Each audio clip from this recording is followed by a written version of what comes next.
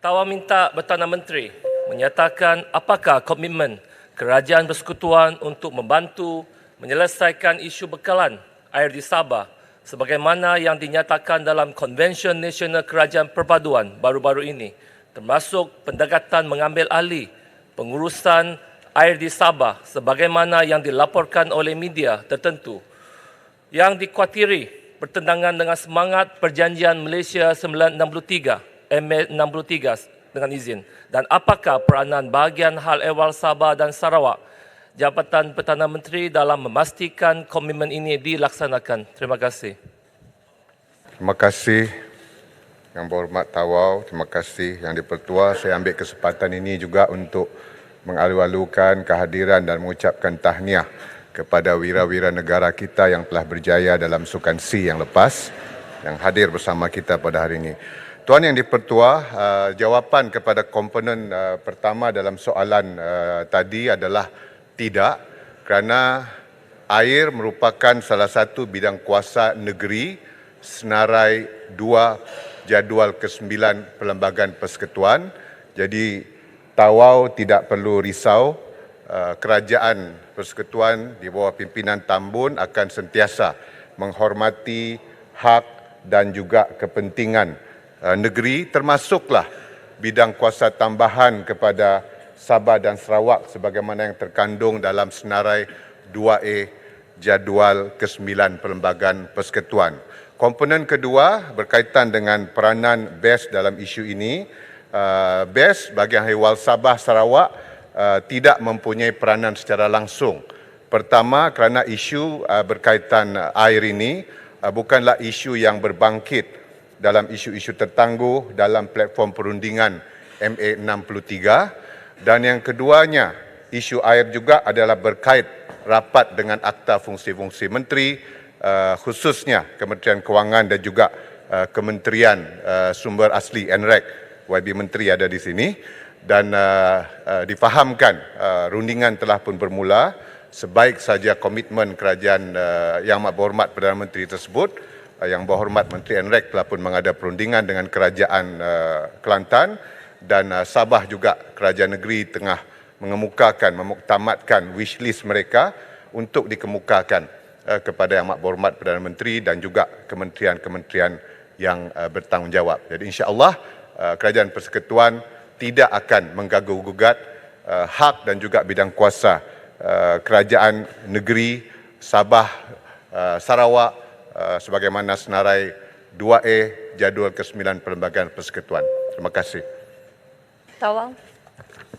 Terima kasih Puan Yang Terpertua. Pertama, semalam di Dewan ini saya ada membangkitkan isu gangguan elektrik di Sabah, dan gangguan bekalan air juga satu isu besar, dan Yang Amat Berhormat Perdana Menteri sendiri mengakui kedua-dua isu ini adalah serius. Yang Berhormat Menteri sebutkan tadi bahagian Sabah dan Sarawak BES tidak terlibat dalam menangani isu-isu ini. Maka adakah Menteri melihat keperluan diwujudkan sebuah kementerian khas hal ehwal Sabah dan Sarawak untuk memastikan Kerajaan Persekutuan dapat memastikan usaha menyelesaikan isu-isu tertangguh melibatkan Sabah dan Sarawak dapat diselesaikan? Kedua, selain dari penurunan kuasa melaksanakan projek 50 juta ke bawah kepada agensi negeri yang telah diumumkan Perdana Menteri, adakah perkara-perkara lain yang sedang dirancang untuk dilibatkan dalam proses penurunan kuasa kepada Kerajaan Negeri Sabah dan Sarawak? Terima kasih. Terima kasih Yang Berhormat. Soalan pertama, komponen pertama yang juga saya fikir sidang lepas dibangkitkan oleh Yang Berhormat Tuaran. Pertama, kita perlu melihat kepada objektif dan mandat penubuhan BES itu sendiri yang telah ditubuhkan pada Mac 2020. Mandat penubuhan BES adalah untuk mengurustiakan sebagai sekretariat kepada isu-isu berbangkit berkaitan dengan MA63. Itu mandat penubuhannya. Yang kedua, kita perlu melihat juga berkaitan dengan perkara akta dan perintah fungsi-fungsi menteri.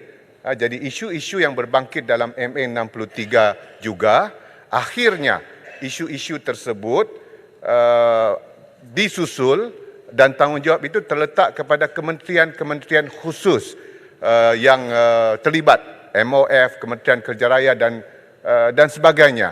Jadi bagi saya tidak perlu ada pertindihan kepada bidang kuasa tersebut. Biarlah BES ini berfungsi sebagai sekretariat dan urus dia untuk kita menyusulkan rundingan di antara Kerajaan Persekutuan Sabah dan Sarawak tanpa perlu mengganggu-gugat fungsi-fungsi menteri di setiap kementerian. Yang ketiga kita perlu melihat juga Datuk Yang di-Pertua kepada semangat prinsip MA 63 itu saya fikir adalah untuk kita lebih memberikan empowerment, pemberian kuasa kepada negeri. Begitu juga devolution of authority, penurunan kuasa kepada Kerajaan Sabah dan Sarawak. Jadi setakat ini saya fikir kita perlu menjunjung komitmen tersebut, empowerment and devolution of authority, tanpa perlu untuk kita menubuhkan satu kementerian khusus yang bertanggungjawab kepada Sabah dan Sarawak yang akhirnya kelak mungkin bukan hanya boleh menyebabkan pertindihan dengan kementerian-kementerian di peringkat persekutuan, tetapi juga menjejaskan usaha kita untuk memberikan empowerment dan devolution of authority kepada Kerajaan Sabah dan Sarawak.